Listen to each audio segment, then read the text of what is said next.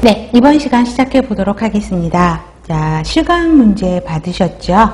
3회 문제 풀어보도록 하겠습니다. 자, 1번.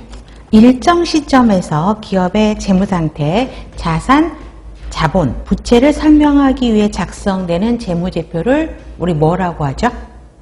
재무상태표라고 하죠. 그래서 재무상태표에 대한 정의를 설명하고 있는 거고요. 두 번째, 외부인으로 하여금 기업의 수익성을 판단하는 데 유용한 정보를 제공하는 재무제표는 손익계산서를 이야기하고 있죠. 3번, 예산은 화폐가치로 표현해 놓은 업무계획서다. 그러면 이거는 예산에 대한 정의를 그대로 설명한 걸 볼 수 있습니다.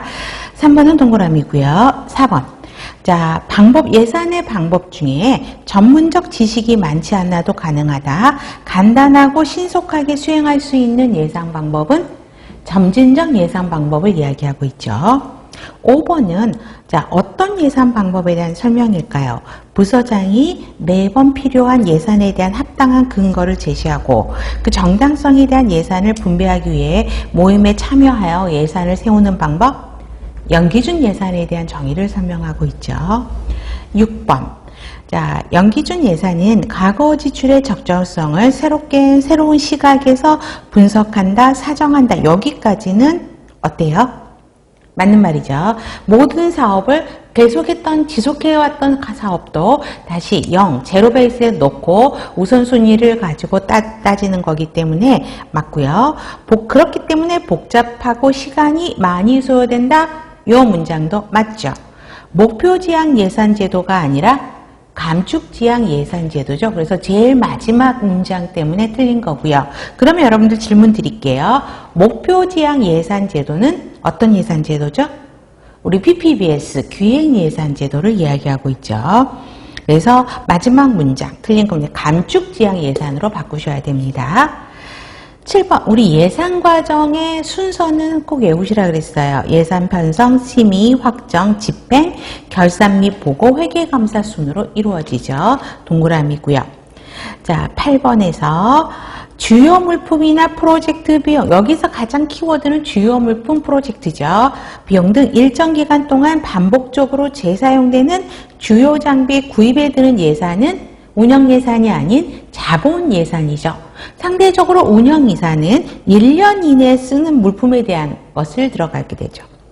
9번, 제공된 진료 내용과 서비스 예양에 따라 진료행위, 진료재료, 그리고 의약품별로 미리 정해진 각각의 항목당 가격을 공급자에게 지불하도록 하는 방법은 행기별수까지죠. 그래서 9번 문제 같은 경우도 옆에 있는 문제 그 내용을 문제로 주고 답을 행기별수가 이렇게 답을 유도했던 기출문제도 있습니다. 그래서 9번은 동그라미.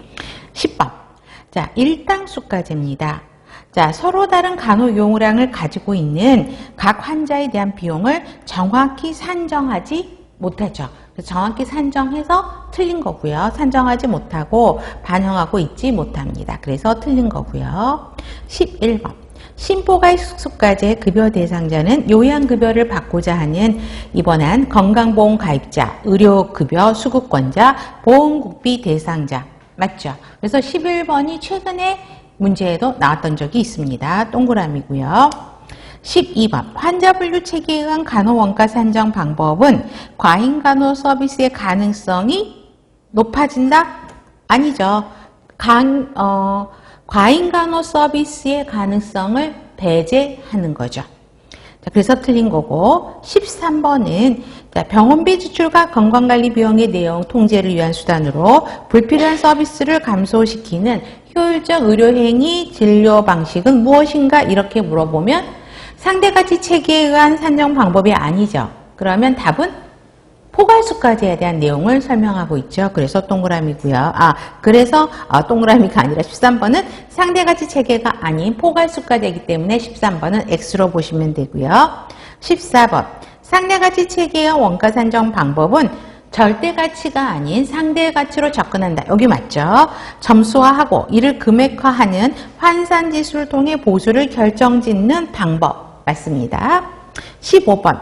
입원에 대한 비용이 미리 결정된대요. 사전 결정이죠. 소모되는 자원의 양을 최소화하려는 동기부여를 할 수 있는 체계는 DRG를 이용한 포괄수가 방법을 이야기하고 있죠. 그래서 상대가치 수가라 그런 거기 때문에 틀린 거죠. 답은 15번은 X.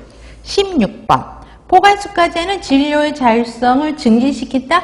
벌써 여기서부터 틀렸죠. 진료의 자율성을 감소시키고 그러다 보니까 의료의 질이 떨어질 수밖에 없다라는 거죠. 그래서 16번 같은 경우는 두 문장 다 틀린 것을 볼 수 있고요. 17번. 표준원가 산정 방법은 일종의 일당 산정 방법이죠. 그래서 하루를 기준으로 산정해서 환자당 평균적 간호 서비스 비용은 전체